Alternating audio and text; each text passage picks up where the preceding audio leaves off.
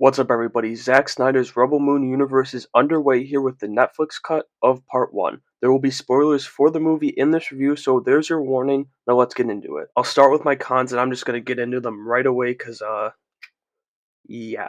And I'm going to get my biggest complaint out of the way right away, too, and that's the extensive use of slow mo. There's like 3 to 5 moments where it's good and used really well, but the problem is it's used about 35 times in this movie, and those awful uses, at least for me personally, kind of dampen the good uses. Outside of that, the opening 20 minutes or so and a big old chunk of the middle of this movie are complete and total drag. Stuff that could have been done in 30, maybe 45 minutes if you really need it, takes the entire runtime to be accomplished, and it just didn't work. There's just better ways to establish characters. Now, one that I reluctantly put in here is the cast. I try my best not to tear down actors and actresses, but this whole cast, with the exception of Jamon Hansu, once he arrives, and Sophia Botella in certain scenes, it was, how do I say this nicely?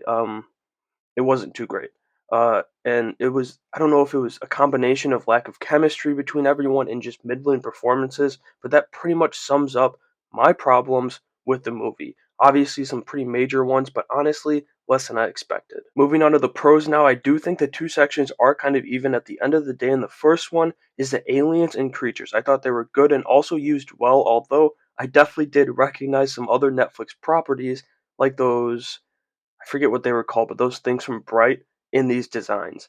Then there's that droid, I think his name was JC. I really liked him in the beginning, and that's like the one thing in this movie that Zach really nailed that Star Wars vibe with.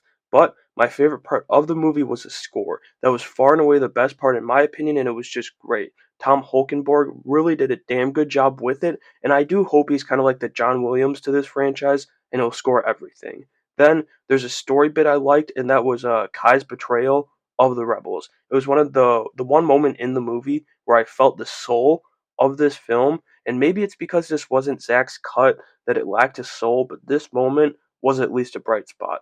Finally, I did think the fight scenes were really good. Even though I thought the fake lightsabers were dumb, Nemesis was still super badass, and that fight with the giant spider lady, awesome. And so that will do it for my review of Rebel Moon Part 1. At the end of the day, not an ideal way to start a universe, in my opinion. Like, why are you not releasing Zack Snyder's cut to start your universe when he himself is calling this one an inferior cut?